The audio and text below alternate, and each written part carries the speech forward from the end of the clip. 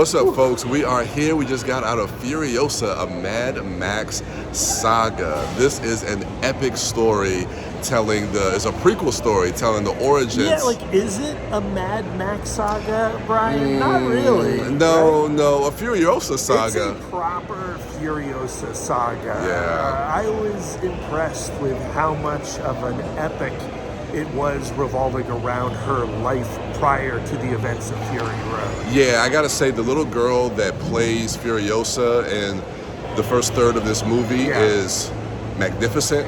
I love the world. Yeah, it felt so good to be back in the Mad Max world. I love being in this world. I was eager to get back into it. It was great being back in the wasteland. And then we have Dementis, Chris Hemsworth. I loved him. I really did. He's a character. I really liked him. I thought he worked. He's a character, man. He's a character. But overall, I have some gripes about the movie. But I mean, like I said, I just love being back in this world. It's hard to not compare it to Mad Max, and there are certain things that happen in this movie that George Miller doesn't do any favors with that comparison. You know, he kind of, when you want to try to separate yourself from it, he reminds you that this is the world of Mad Max and Fury Road. He does it in a, for me personally, in a satisfying prequel kind of way. I think he really embraces dread in this film and foreboding. I do think we have to just acknowledge the fact that it's been a decade or almost a decade since Fury Road, and the filmmaking aesthetics of 2024 are very different. And it's apparent.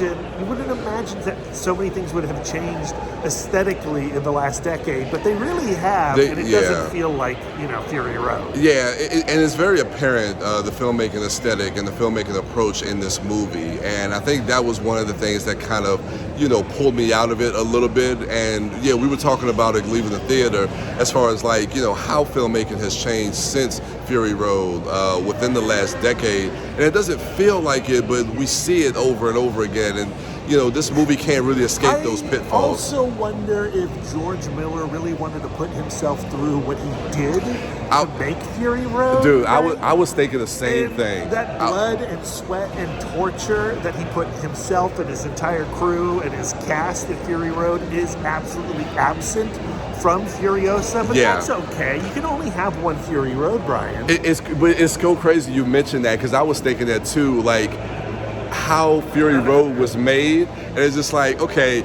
he's getting older. George Miller's pushing 80. You don't want to put yourself through that. Let him use the blue screen, Bryan. Let's use the volume a little bit, okay? I'm okay. I get it. I get it. I had to just accept those changes early on with this film. Yeah. And, all right, we're going to have a little more blue screen than we normally do, and that's fine.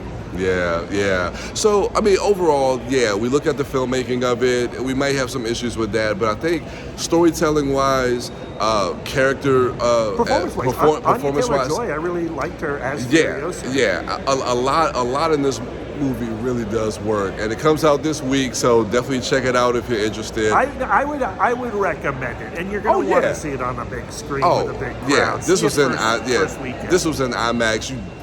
Please see this. You should hear the engine of those V8 engines in IMAX.